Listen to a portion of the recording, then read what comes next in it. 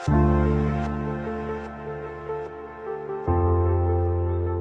is supposed to be a full video of how I created the beautiful Annabel's birthday. Honestly, I wanted to film a full clip of how we got this look, but we started being in a hurry up and down because at this point we were really late for our shoot session and we needed to hurry up and get there on time. So I couldn't really make detailed videos.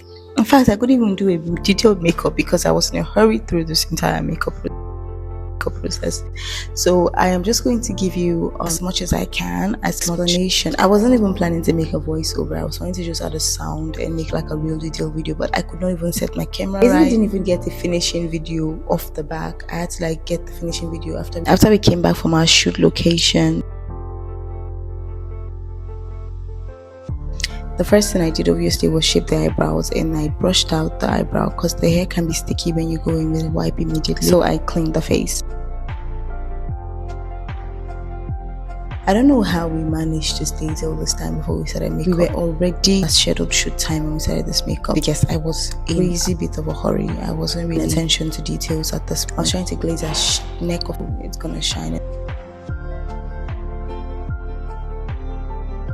Then I sprayed her face down with the Russian skincare for hydration, dried that down and made sure that there was no reserve on that. And then I went in the Dior spray to prep her base, getting myself ready for application. And of course, I had to make sure that Dior dried down as well in her face. I love the oily base in Dior because it gives me like this natural finish when I'm done. And then I went in with my moisturizer and Bromelaise. Okay, so I don't know how to pronounce this. I have not known how to pronounce this, and I'm going to say I'm ashamed of not knowing how to pronounce this, to be honest. I went that in with a heavy layer under the eyes. Normally, I would let this sit by itself completely, but because, like I said, we were way behind schedule for our shoot, I just brushed off, and I think I blended it immediately.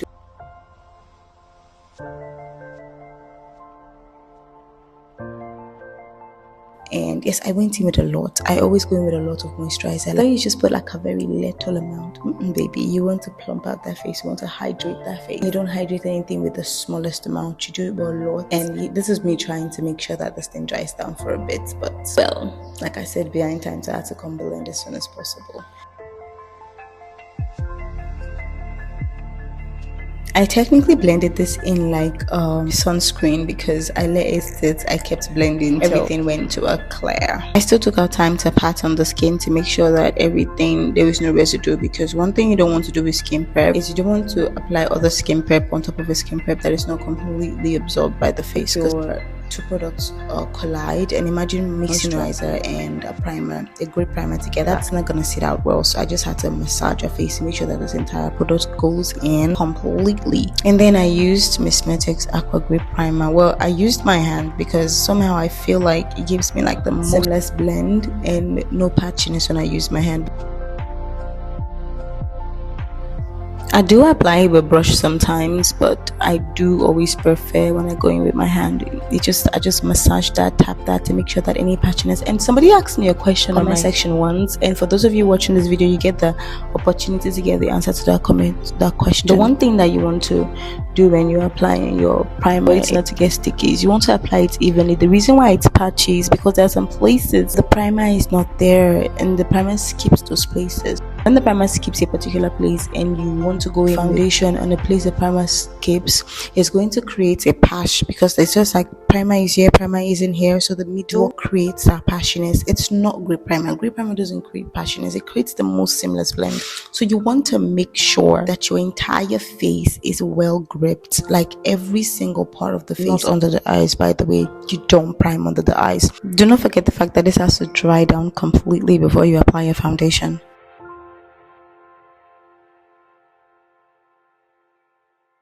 At this point, I cannot really remember any details anymore because I was like, the photographer already called, screaming my neck out, and I had to do everything possible to get us hair out on time. And I cannot remember the foundation shades I used, but I know Beauty by AD and another foundation. Like, I'm trying to recall the particular foundation I used, and I cannot even remember the shades, to be honest with you. But I did use Beauty by AD. And of course, one thing I do to make my foundation game seamless, if you've been in this channel, is I always use makeup mixes for my foundation, like always. to make sure that I get the seamless finish, to get like a flawless finish. No matter how inexpensive the foundation is, if you use a makeup mixer, it just elevates it a whole lot more. And yes, makeup mixer also has the grip, so imagine having that extra grip. That means your makeup actually stays way longer than the normal, because now you have like a grip primer and a makeup mixer. So of course, mixing the foundation to the next shade, and if you know me, you know I'm going to mix 10,000 foundations if I have to get that exact skin shade, because honestly it's very difficult to find somebody's exact skin shade. If you're a beginner makeup artist not looking to buy a lot of products, you need to know the exact colors to buy to be able to create literally everybody's skin shade. I think due to how much of an hurry I was, I mixed a little bit like I'm not talking about like an obvious thing, I mean like the slightest. I mean, if you could look very well, you could see that it's just like, it's actually a face color, but it wasn't really a neck color. And to be honest, it wasn't because that wasn't a neck color. Skin is completely even, baby, because when you had glaze or any type of oil on the body before you do makeup, the skin gets slightly darker. So when I tested it, it was perfect, but because of that, it's going to reflect as if the neck is darker. So like usually I just go down to the level of the glaze color to work on the face. I get that bronzy look, but today I wasn't in my usual state. I just wanted our face to be done as fast as possible so they don't cancel our reservations for where we're going to take our pictures. For the first stage in my brow normally is me trying to make sure that the foundation gets in the brows, to make sure it is light as possible and our brows are covered completely. So yeah, that was what I was doing. And no, I wasn't putting foundation under the eyes, trust me. There was simply absolutely no foundation under her eyes, okay? So don't go ahead and put foundation under the eyes and say, oh yes, I may do that. No, I didn't put foundation under the eyes, okay? I just jumped into the contour. Did I contour this face? No, I didn't. I bronzed it. I seldom use contour. I use contour once, 2, 3 times ever, but like I don't really base my makeup off using contour. So no, I didn't really contour this face. And then we just jumped right into blush, and I gave her like a pinkish. I mixed the pink and red to create the blush. I did use the CBD palette. Was I in a hurry? Yes, I was. But was I gonna make sure that this face blend was perfect, even if I couldn't really go to details? Yes, I would. I have this, would I say it's a phobia, or should I say it's more like OCD for unblended makeup, because I'm sorry, I can't look at it if I don't feel like the blending was enough. Now, did I get everything I wanted to get the way I wanted to get it in this glam? I don't think I did, but at the end of the day, I still did what I could with that time I had. People consistently talk about having the right amount of full coverage concealer so they don't use color corrector, but I don't know what full coverage concealer you're using, but like I have not outgrown color corrector. I cannot outgrow color corrector because I can tell the difference. Like I can literally tell when something is peeking under my eyes. I'm not talking about filter rays. No, I am strongly against filter, even if I've learned that filter is the new norms and people generally don't want to look at their face gory. That's why they even use Snapchat in the first place. So yes, I probably will start using filter on my jobs, that being addressed, but I am still going to blend my life out in every glam, because I'm not going to be dependent on filter to make my glam look flawless. I'm going to be dependent on my hand completely for that. That's why no matter how much in a hurry I am, I'm going to have to blend to the core. And talk about color correctors, I will always use color correctors. I went in with my first shade of concealer, which is like slightly closer to a skin tone. And I let that spread to some certain amount of areas that I would want to be slightly brighter than the rest of the face generally. Noticeably, this the second shade of concealer I use, the first shade of concealer I use is slightly closer to a skin tone, basically because I want some areas on my face to be brighter, not just the inner corner of the eye, which I am going to use a much more brightening concealer for. I go over with this shade of concealer to contour our forehead, our chin, our cupid's bow, our nose, before I go in with my brightening concealer under our eyes again, and then the center of her nose to give a brighter effect.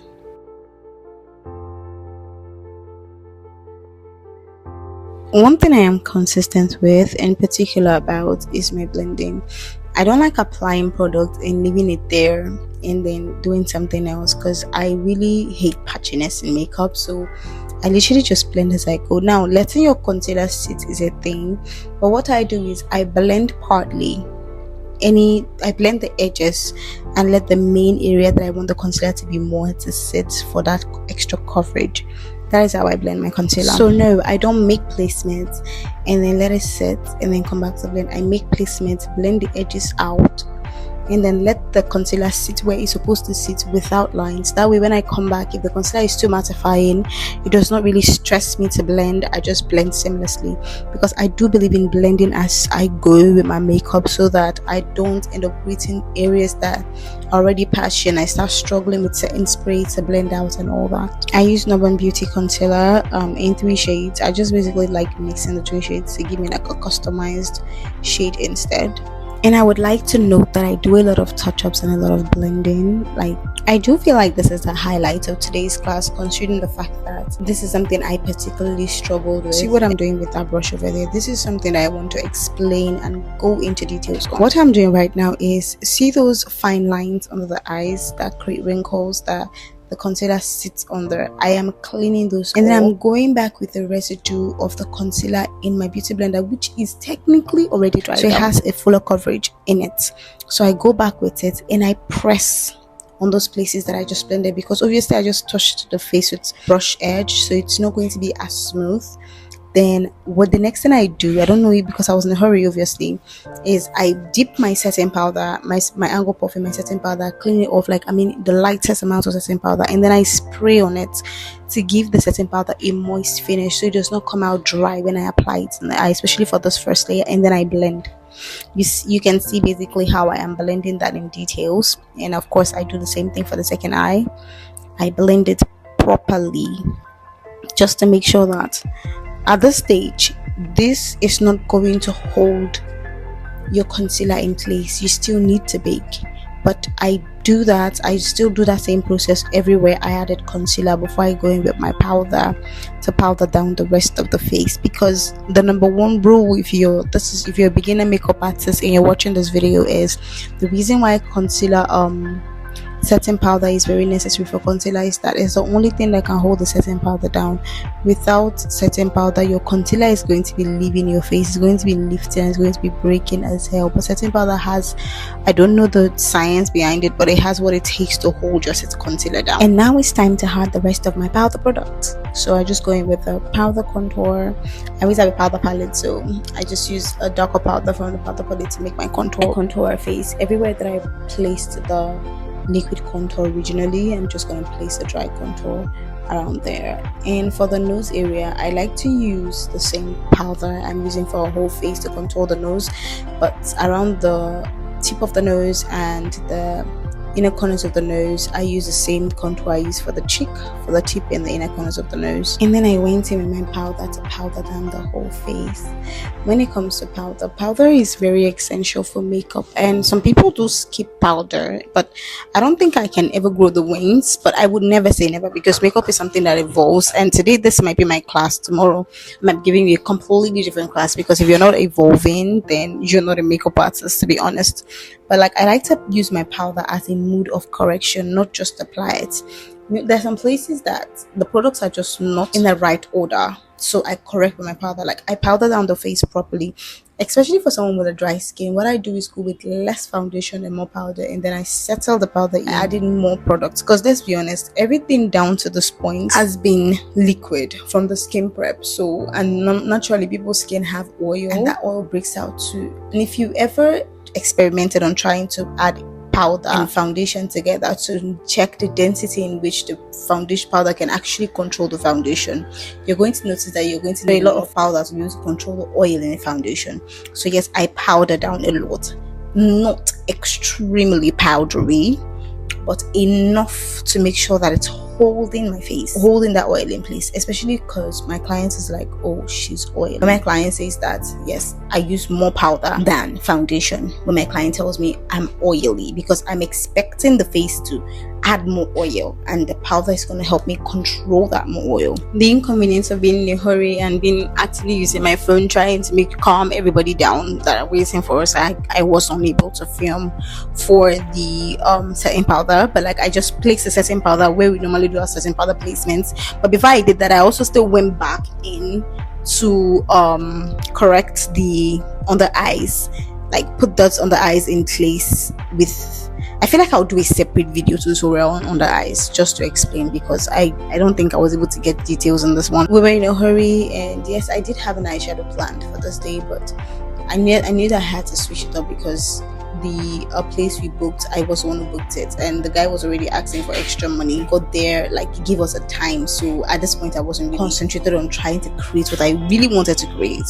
But I know that the next best thing was a shallow look, a shallow eyeshadow, and I wanted to go matte. The reason is because I feel like our dress was really concentrated and it was a lot, and I wanted to go lower, lighter. I wanted to like go something smoky and at the same time shallow but with matte. But my hairstylist was like, well, the hair isn't really dropping, it's not the shoulders are bare, so let's just add a little bit of shimmer. I think that was where I end up adding a little bit of shimmer to the eyes. But if I had planned to add shimmer, I would have used something completely different, because I could not really do the look I planned for. And of course, I do not play with creating a lift when I'm doing my eyes, so we went for a shallow eye look. But I ended up adding shimmer to the center of the eyes because that was later decided. If you're someone who deals with clients on a regular and you work with tension, I work with a lot of tension most times, so my eyeshadow, sometimes I do not follow routines. Like the eyeshadow I was doing today, I don't think I was following the actual routine, but what I'm doing currently is how I do my signature brows, how I do the Dobra brows.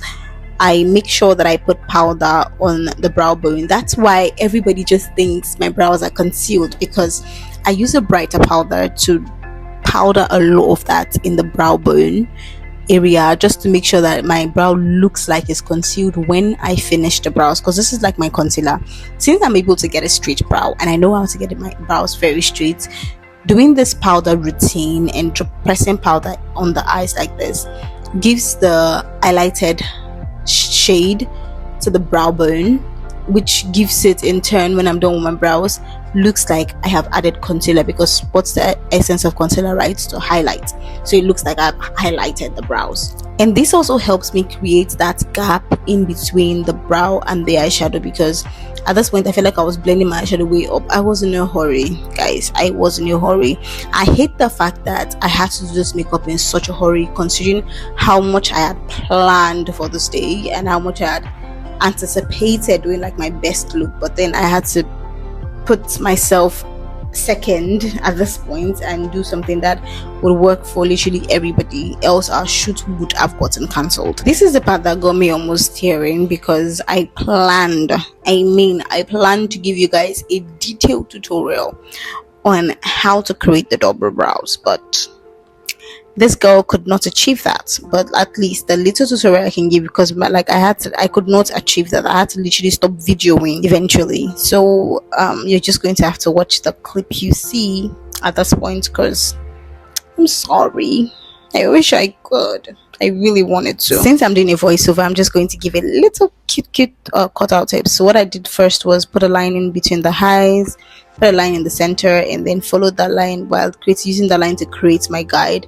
to joining the rest of the lines from top to bottom to the line, but horizontally and vertically. I wasn't drawing strokes in upwards, like straight strokes. No, I was on horizontal and vertical strokes up to meet up with the line in the center of the eyes, which would in turn hide the line, because that's going to serve, like, you know, that brow, that line that if you comb your brows from up and down and then the brow forms it. Yeah, that's the idea for that line. And for people that are asking me how long does my brow take, to be honest, it doesn't take so long. And sometimes, just as every other brow is, sometimes the brow just decides that, oh, I am the evil people that came to reach out to you, and then sometimes it just works. But for this one, I feel like I've had more success with my brows being faster than the rest of the brows when they want to give me stress. So yes, I will still choose my brows 100 times. Like, it is finer, it is natural, you can make it as dark as possible and it will still be natural, as light as possible and it will still be natural. Like, it's just the brow. Lighter, it gives just like natural hair. Darker, it gives like defined natural hair, like deep dark brows. Yeah, so no, I'm going to choose my brows over and over again. The clip cut a whole lot because, like I said, I wasn't filming. Eventually I had to stop filming because of time, and we had to use my phone like a lot. I had to contact the person that I was working with, and yes, I have just one phone, so everything was just piling up, so I had to stop filming for a while. But I'm just going to give you a hint on how I take out the setting powder. I spray on my beauty blender and then I just tap on the face and take it out, and then I go back in with my powder products to retouch. Now this retouch is one thing that people tend to forget. I've had students that say they're coming for upgrades and I realize they don't retouch their face. One of the reasons why your face still says dull is because after you finish, you don't retouch it. Retouch is like putting everything back the way they were, because when you go in with a lot of products, products tend to run into products and things just tend to fall out of place in the entire face. So what I do with retouches, I just touch everything and go back to, if I have to go back with powder there, if I have to go back with blush, if I have to go back with contour, if I have to powder down a line, I just do it. That is retouch. Touch literally every part of the face to make sure that it is blending perfectly to the rest of the face. And then the hairstylist took out our hairbands and I had to retouch the forehead and powder anywhere I need to powder. You see how that nose is significantly darker? Yes, I used the same color of powder that I use for the whole face, not the contour color. So this is even giving me a slight idea that I should use a color brighter at this point, because that was looking way darker than I wanted it to. Then I went in to brighten the under eyes. Like after setting powder, I haven't really applied any form of actual powder under the eyes, so this is where I apply powder under the eyes, like press it down to like any patchiness, any area that I feel like, oh, I need to touch up with a brightening powder. I do that. Although like I just do it in the inner corner, and then the rest of the face, if I'm going to tap it, I color that is much more closer to her skin tone to do the rest of the face, and then I just go over any place I necessarily need to touch up, which is why touch up is very important, because it's like the finishing of your makeup.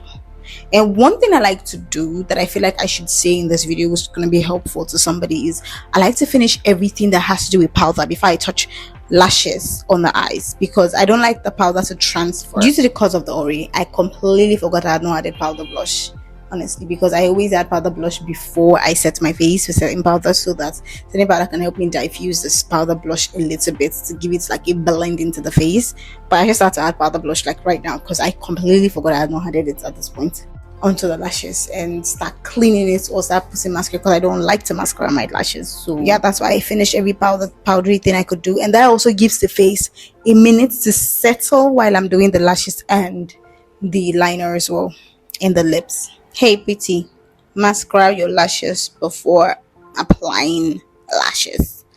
Like, yes, you have to set mascara on your falsies, on your natural lashes, before applying your falsies on your eyes. And there's a method I used to apply my falsies, and I feel like it's been so helpful, is when I apply my glue, because I use bonding glue.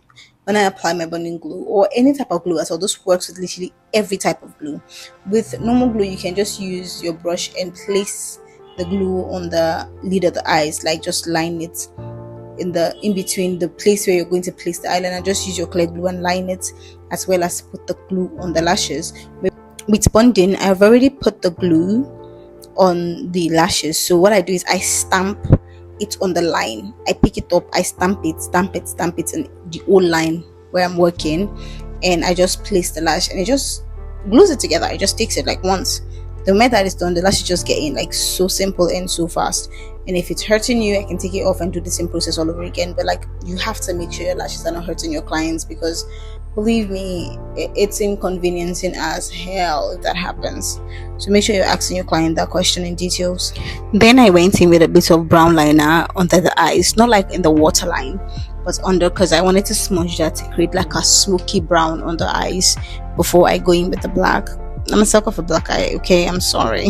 But like, so this is a trick, there's a hack. I think it should be called a hack that makes my life a whole lot easier. How I apply eyeshadow under the eyes, I simply just place a flat brush on the eyeshadow, like a normal flat eyeshadow brush, and then when I want to take it to the eyes, I flip the brush upside down, so it's the tip where the product ends in the tip, that's where I touch, so that way the eyeshadow never smudges all the way down to the rest of the eyes to look very, very cranky. I don't have to use a small brush.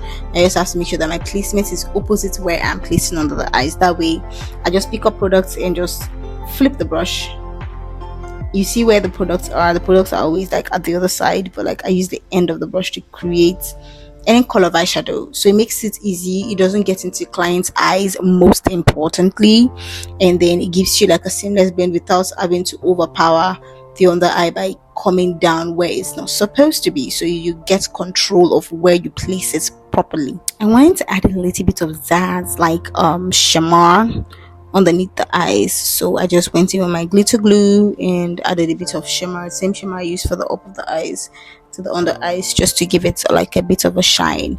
It's not supposed to be obvious, it's supposed to be picture worthy, it's supposed to give it a little change, but it's supposed to still stay hidden, like in a lane kind of thing.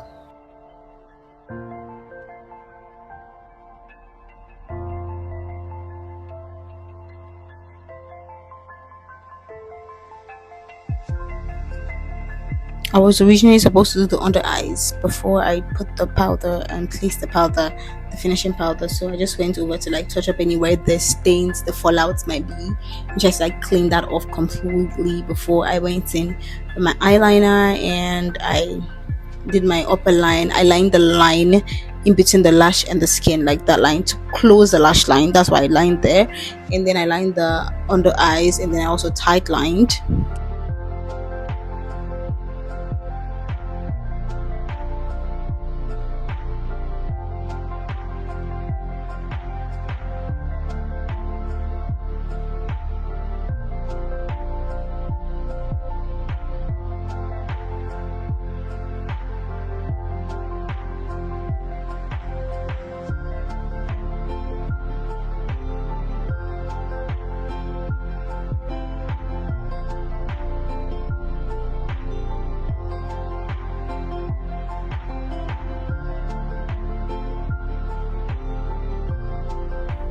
I applied mascara under the eyes. Obviously, I'm pretty sure we all know why.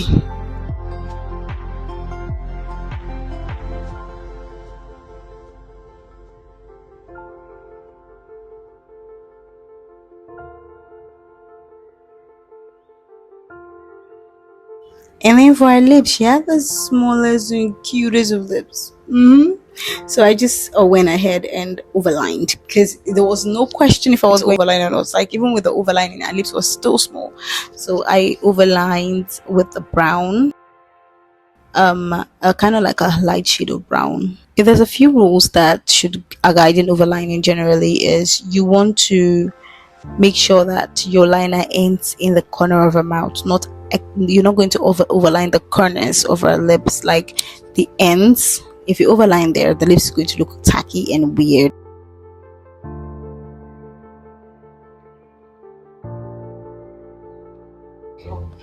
Then I went in with a nude matte lip. And one thing I like to do personally when I'm doing my lips is I like to go in with a matte lip, because if you put a gloss over a matte lip and the lip is already dry before you put the gloss, it tends to stay longer than when you just put either a lip palette or a normal lipstick and then put gloss. It will go off way faster. And when applying your lipstick, you want to make sure that you're applying a very thin layer before your gloss, which is going to help your makeup, your lipstick last way longer, and probably throughout the day if you're extra careful with it as well.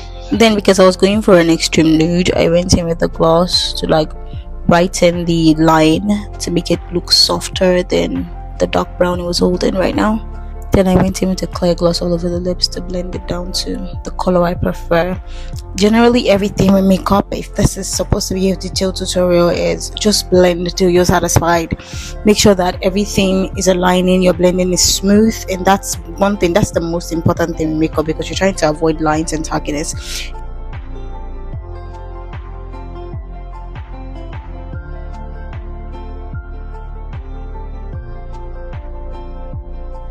And then we are doing, this is the only finishing video I got of the bag. The rest of them were like 2 hours after the makeup, and this is before setting powder.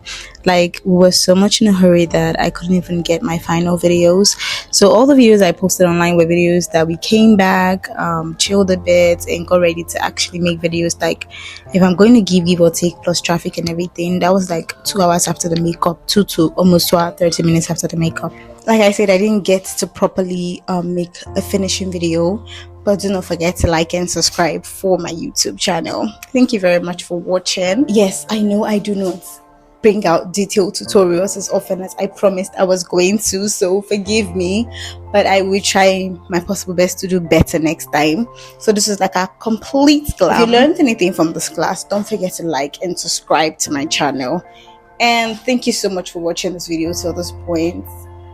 Any questions you have in the comment section. If I can't make a video, I'll reply via comments, because yeah, I've been lazy to make videos, but I promise this year I will do better. I'm going to dedicate 6 months of this year to YouTube channels, so stay tuned and get ready for detailed tutorials, because you know me, when I teach like I'm teaching a baby. Now, thank you very much for watching this video, and yes, you can ask any question of your choice.